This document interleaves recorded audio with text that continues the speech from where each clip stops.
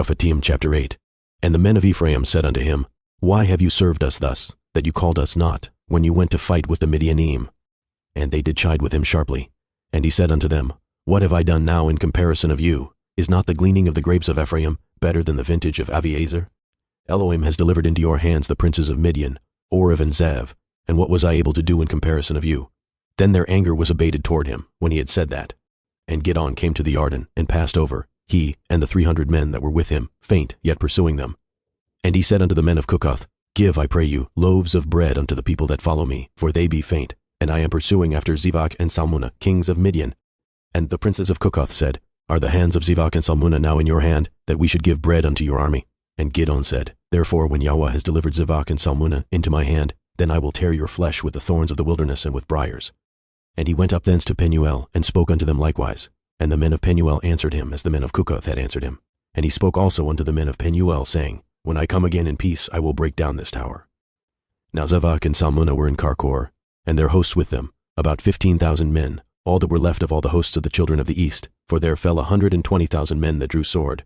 And Gideon went up by the way of them that dwelt in tents on the east of Novash and Jobehah, and smote the host, for the host was secure. And when Zivach and Salmunna fled, he pursued after them, and took the 2 kings of Midian, Zivach and Salmunna, and discomfited all the host. And Gideon the son of Joash returned from battle before the sun was up, and caught a young man of the men of Cuckoth, and inquired of him, and he described unto him the princes of Cuckoth, and the elders thereof, even 70 men. And he came unto the men of Cuckoth, and said, Behold Zivach and Salmunna, with whom ye did upbraid me, saying, Are the hands of Zivach and Salmunna now in your hand, that we should give bread unto your men that are weary?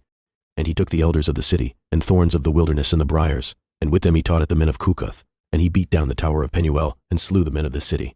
Then said he unto Zivach and Salmunna, What manner of men were they, whom ye slew at Tavor? And they answered, As you are, so were they. Each one resembled the children of a king.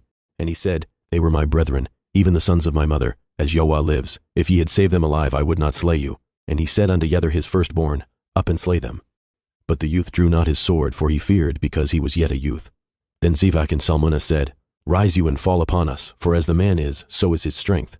And Gideon arose, and slew Zivach and Salmunna, and took away the crescent ornaments that were on their camels' necks.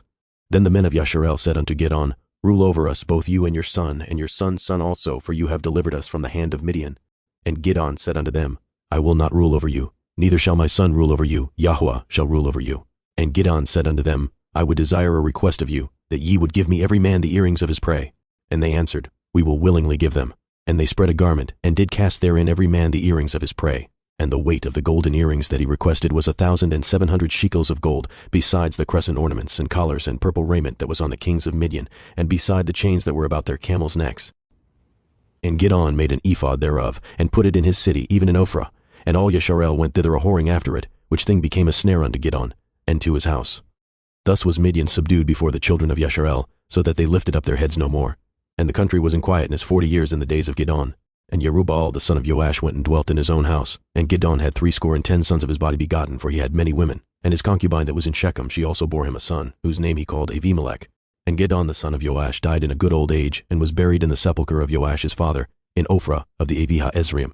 And it came to pass, as soon as Gideon was dead, that the children of Yasharel turned again, and went a-whoring after Baalim, and made Baal-berith their Elohim. And the children of Yasharel remembered not Yahweh Elohim, who had delivered them out of the hands of all their enemies on every side, neither showed they kindness to the house of Jerubbaal, namely Gideon, according to all the goodness which he had showed unto Yasharel.